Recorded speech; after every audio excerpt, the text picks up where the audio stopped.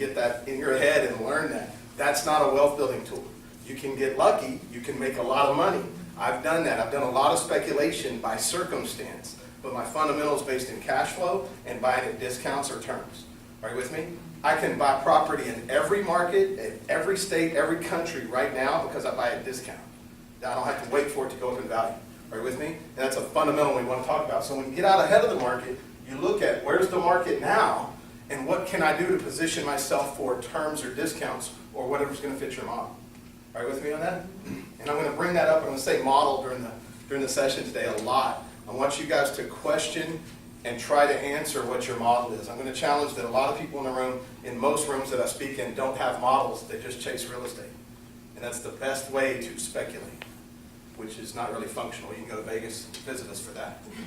Are you with me? Lots of speculation there. So, and I'm going to field a lot of questions. So if you're really stumped on something, stop me and pose the question, and I'll do my best to answer it as we go. So about me, University of Texas graduate. I'm very proud of that. I don't use squat that I learned in college today in my life. But I'm very glad I went to college and applied myself because I learned how to learn. I learned how to learn. And guess what I learned a lot about? John talked about it a while ago. Sales and people. So I'm going to give you all a big hint right now. I'd like everybody to write this down, even if you think you're too good for it. Okay? Sales, write this down. Sales is nothing more than leadership in helping people get what they say they want.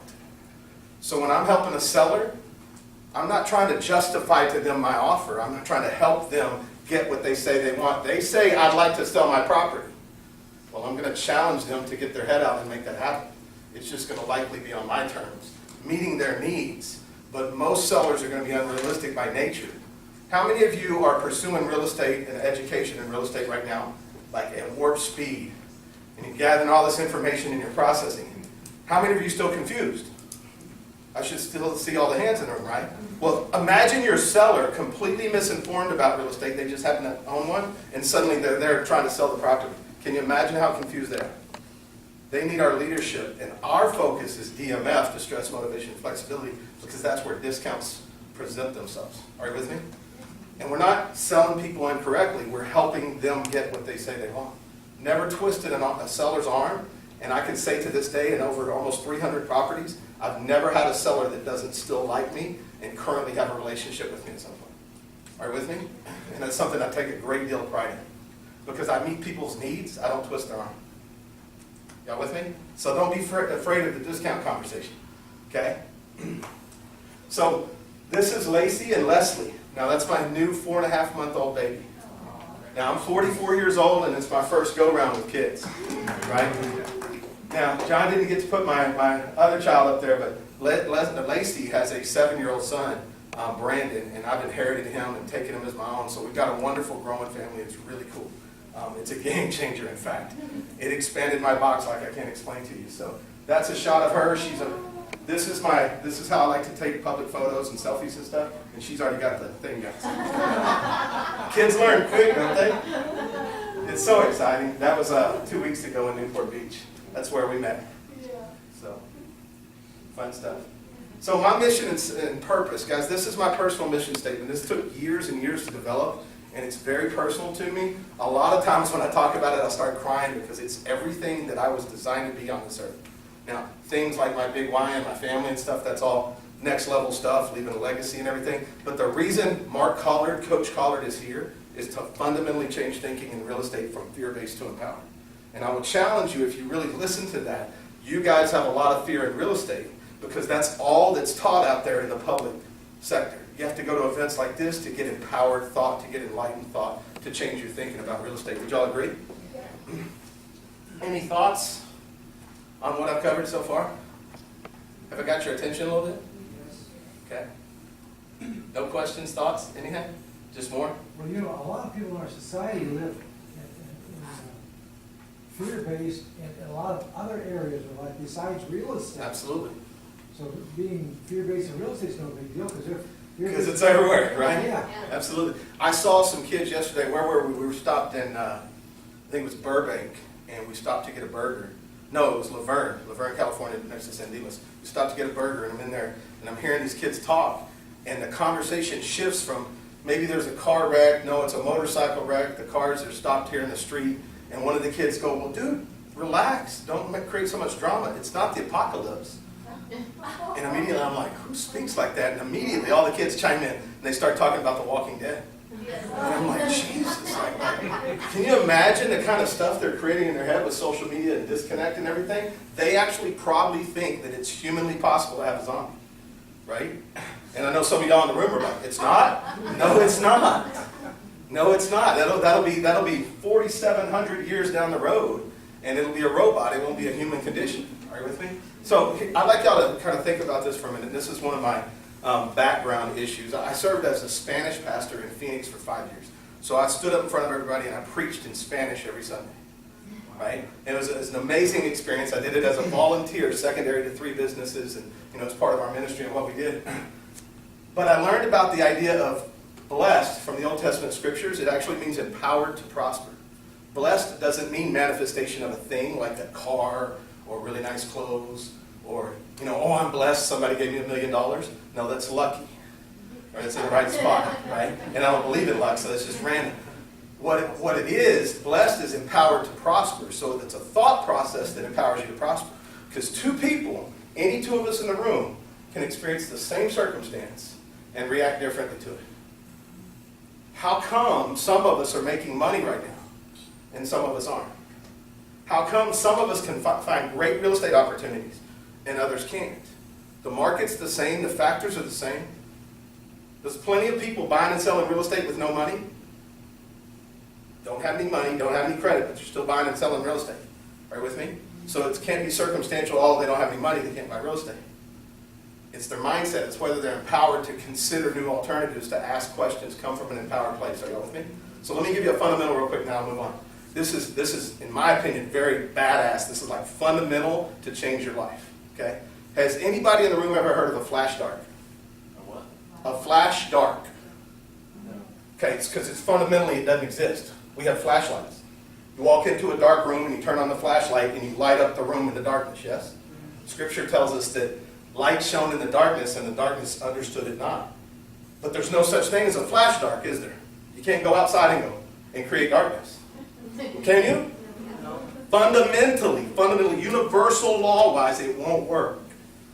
So when you're stuck and you have a situation that you can't overcome, I don't have any money, I don't have any credit to buy real estate, the market's going up too fast.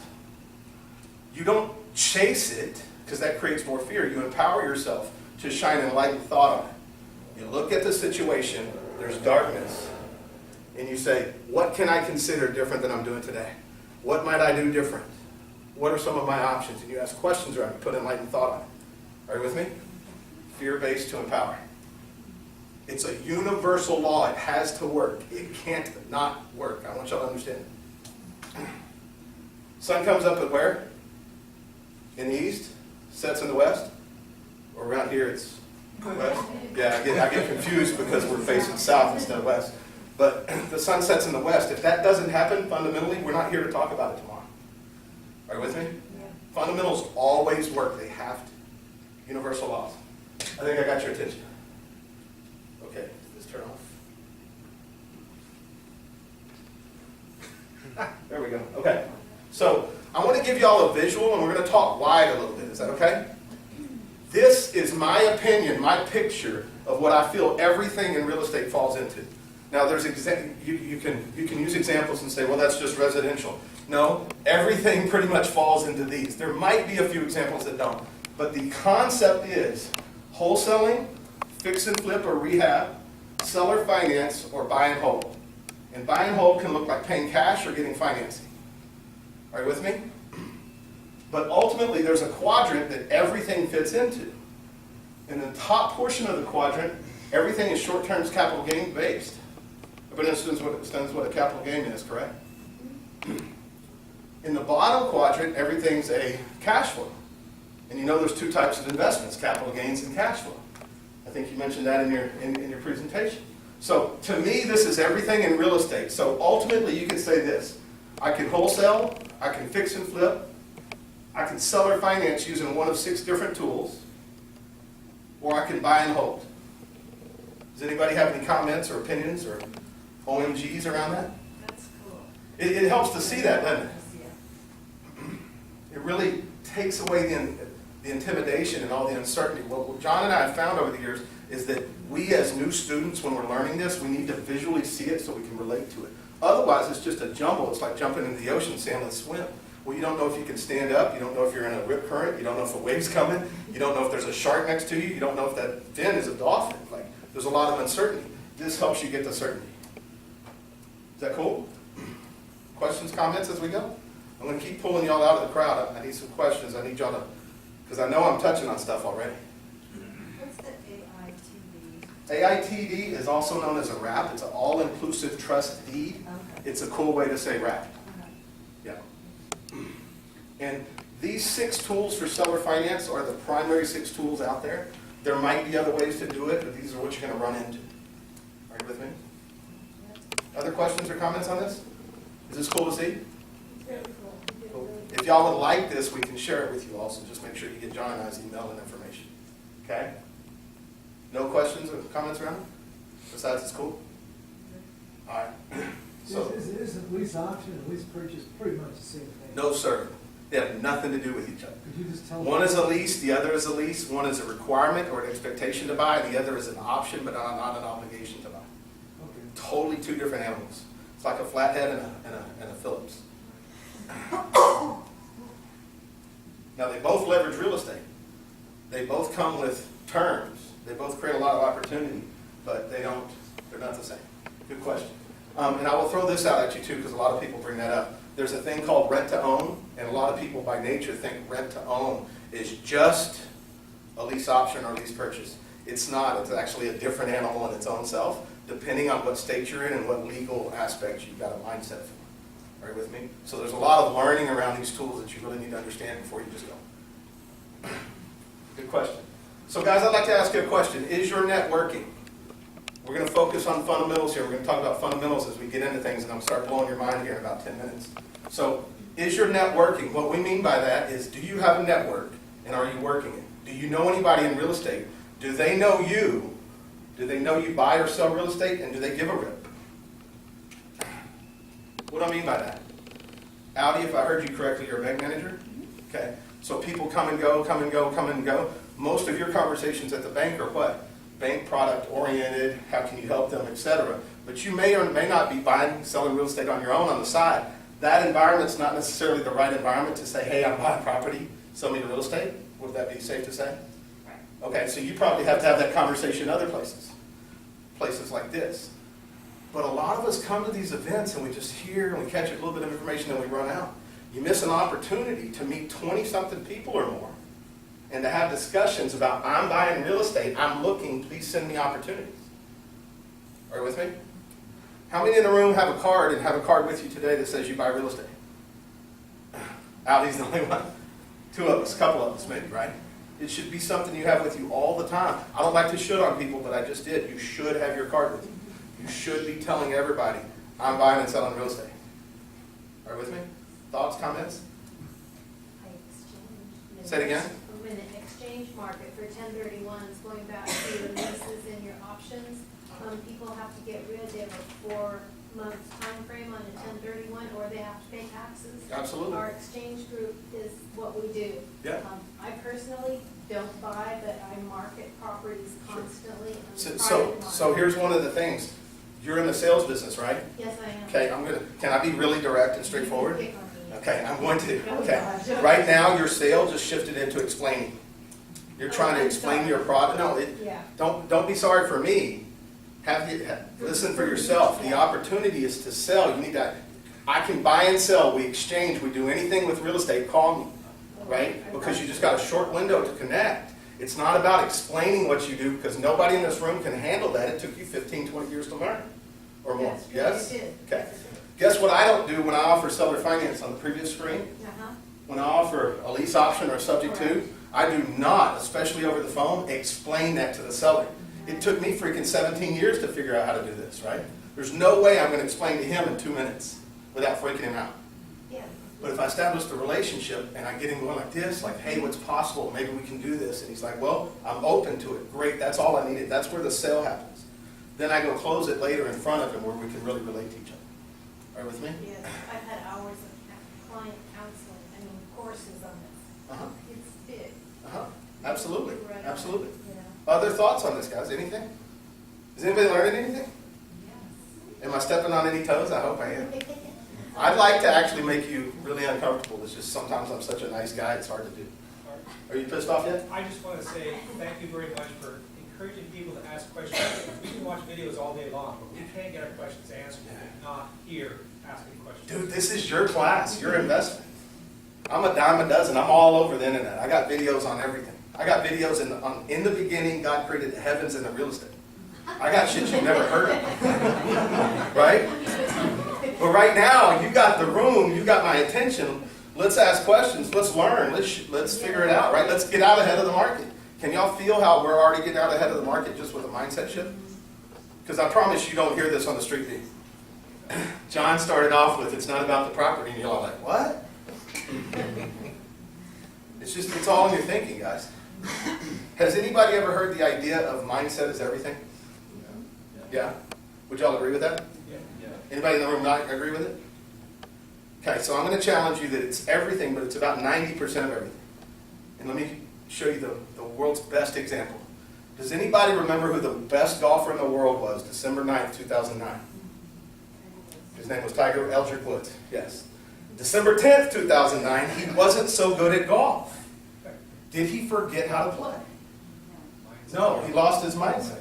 He got exposed emotionally, internally, and he lost his balance. He lost his mindset, which was laser focused, to say, I dominate everything I do. 90%, and it's taken him 7 years or so, and he's still not fully back. Interesting. And then he wasn't just like number one. He was bad to the bone, the best, crushed everybody.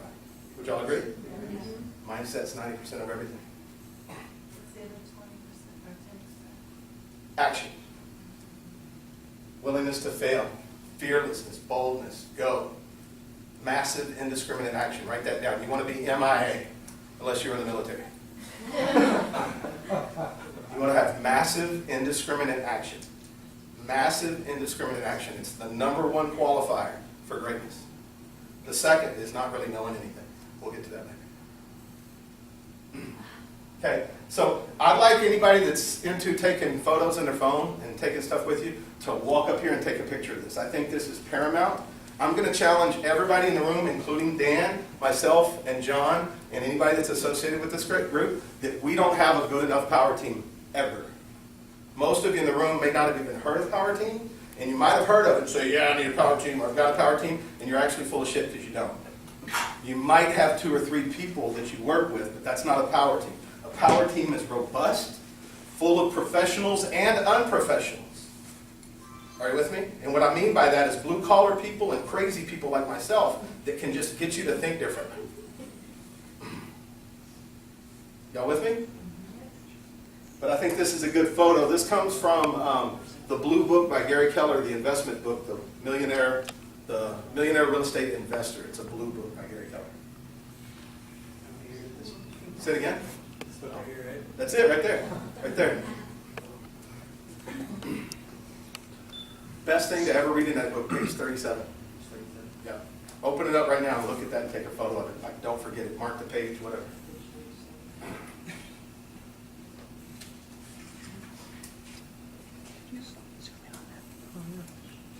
Everybody taking a moment to get that?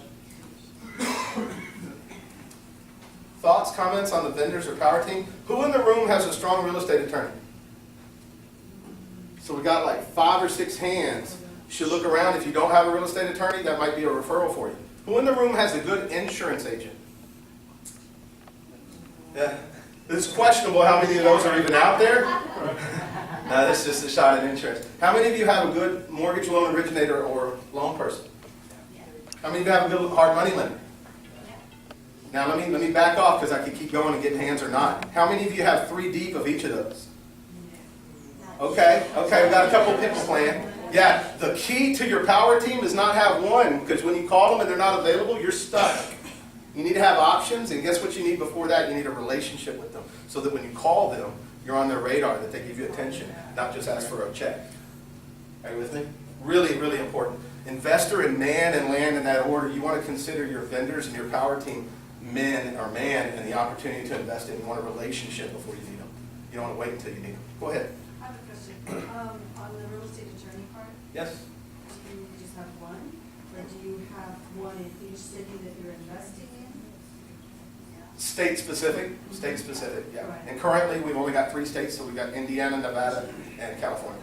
So, And good question, good question. And let me add that to Nevada. Just so you know, we have 3 specific attorneys in Nevada that do 3 things very well. We have a general real estate attorney. We have one that understands notes and receivables and the banks very well. And we have an eviction attorney. So, 3 different functions. and they all do what they do in their own function very well. Now, I want to bring something up, and I'm going to mention something you said earlier, but I'm not mad at you. I just want people to fine tune their hearing. Earlier, when she mentioned something, she was talking to John, and she says, in rental properties, and I've had a few of them, and there's always a problem tenant. Did y'all hear that? Okay. I'm challenged by that because I don't have problem tenants. Now, how come I don't have problem tenants? You don't have tenants. It has nothing to do with screening. It has to do with the fact that I give them to my real estate attorney. Specifically, my eviction attorney. Problem tenant equals evict your ass. You follow me? I don't have problem, but it's a mindset. See, I'm going out in front of the market. I'm going to prepare for stupid before stupid shows up. I'm not going to wait until I see Forrest Gump. I'm going to know he exists. Are you with me? Just figurative, but are y'all with me? It's not, tenants are freaks. Come on. Just get out ahead of it. Just get out ahead of it. Address the issue beforehand. A lot of people buy subject to properties in Vegas. We'll buy it on a Monday, and by Friday it's got a squatter in it. And they're like, oh, here we go. And I'm like, what, dude? Spend $260 with my real estate attorney and my eviction attorney, and you're like, 3 weeks, they're gone. I'm like, what? Or do like me, take a 12-pack of beer, go over and knock on the door, and rule them out for $500. It's called cash for keys. There's so many options that you have, but your mindset can't get disturbed around problems. It's got to embrace them. Because this is real estate, right? Y'all know that just the world has problems, yes? Every person that you put into the equation exponentially grows the opportunities for problems. Just get used to it. Yes, ma'am. Coach, now I have a question. Can you actually get rid of a tenant in a month in Nevada? Yeah, 3 weeks. Because California, there's a little bit. Whatever the law is, whatever the statute is, but guess what I can also do? What? Danny, what's going on? Why are you squatting in my house? Let's see. I don't have a place to live. Okay. If I was to help you with that, would you be open to me facilitating something, putting some cash in your pocket and getting you out of here in the next 7 days? Sure, I'll take a hotel at the top of it, you know. Trump Towers? Yeah, there you go, the Trump Towers, yeah. Okay, so cool. That room's about $279 a night. Oh. I'd be willing to do that for 7 days. How does that sound? Could you extend that for maybe 14, 30 days? No, 30 days? no, actually I can't. But I could extend it with the Motel 6 for another 7 days. Yeah, I think I'll take that as long as I got 30 days. Okay. Because of lower rent, if it's a lower value, you can, with the Motel 6. I'm going from Trump Okay, Towers so to I tell you what, you're making it too difficult for me. I'm gonna have my real estate eviction attorney call you. Okay, And you're gonna be out of here in 3 weeks with no money in your pocket. What's better for you? Give me that. No, but what I'm doing, it's not about where this goes, because I don't really give a rip where it goes. He doesn't care where the. Well, the answer is not in where it goes, the answer is in this. Yeah. I'm gonna come to a resolution, even if it's my foot in her rear end. Now, that's probably gonna get me in trouble, so that's not my best option. But I need to know that as an investor, yes. Yeah. Because some of you, that'll be your first option. Now, y'all, this room doesn't look that edgy, so I'm not expecting y'all to have a foot in the buns conversation early. But for a lot of people in Vegas, that's their first option. It's totally inappropriate and it gets them in trouble. Now, I'm just having fun. Are y'all with me? That's why everybody's in Las Vegas. They're not doing any laws. No, there's absolutely laws there, but they're specific and they're in favor of the landlords. Yeah. Is California tenant or landlord friendly? Oh, tenant. And it doesn't matter to me. Whatever the statute is, build a relationship with the professional, handle your business, and then step into people and learn to negotiate. I don't ever give a rip what the law is. I know the law, I know what the statute is, I play within it. But I also have my gray area called let's negotiate. Are you with me? Yep. I just don't want y'all scared of the situation because of people making statements like you said, there's always a bad tenant. Bullshit. There's an enlightened thought that you need to put to the situation. Toughen up. There you go. Yes, sir. Go ahead, John. Just as we move along here, before we move along, if you have a squatter, why don't you just have them arrested for trespassing? They're not trespassing. They have what's called statutory possession of real estate, brother. 9 cents to the law. More than 9/10. It's 100%. Screw you. I'm not leaving. The cops will stand there and they'll middle finger them right in front of you. And unless you can prove that you've got the key in that moment and you've got a edgy cop, you're not getting in. The law is on their side. Possession-wise. Just evict them or negotiate cash for keys. Alarm system. But look at how perplexed he is. Right. The perplexed is, I didn't know that. Nobody gives a rip what you know. They don't. Real estate doesn't care what you know. It cares how it's set up, and we got to know that and know how to know that. That's why I'm so excited that what I learned in college is irrelevant. It's what I've learned to learn. I'm good at learning. Are you with me? Now I've learned some things not to smoke, and that was cool, but go ahead. You can try abandonment too. I did that one time with one of my tenants, and I arranged for his boss to send him on a trip. He was gone for 3 weeks. By the time he got back, I claimed abandonment and got him out. He was already gone. Cool, but that's a little, guess what I would do if I made that call? It would be my real estate eviction attorney that makes that call. I wouldn't make that call. Because I'm not going to monkey with somebody else's job. Mark, Yes, sir. how would you say that police would handle an alarm system on a house went off where somebody was breaking and entering and they didn't have a chance to establish 100%? When I get there, if the cops understand the law is in the tenant's favor. Broken window or not broken window is irrelevant. The only thing that alarms the whole night doesn't matter. Doesn't matter. The only thing that's in my favor, if they're willing to be edgy beyond the law, is to test my key versus see if the tenant can show possession of a key. And if my key turns the lock and theirs doesn't, then they'll move them out. But that's only if they're edgy enough to play that, because the law says they're in possession. Are you with me? And I'm not there to monkey around. I'm not trying to be right. I'll just get right. 3 weeks minimum, $260 per done. Are you with me? Or a 12-pack of beer and $500 you see it. Right? But it's about the enlightened thought. You put light on the situation. You put thought on the situation. You don't just react to it. You respond accordingly. That with me? So another good reason to change the locks. Absolutely. Absolutely. You wouldn't believe hundreds of times I've taken properties from somebody, here's the keys, here's the garage door opener, and it was 60 days later before I changed the locks when I actually sold the property. Man, I could have had 47 different squatters. Now, over the years, that hasn't happened. It's only happened to me once. But when it happened, I was ready for it. But they were already there when I took possession. Are you with me? Yep. Really important. Y'all learning anything? Are we having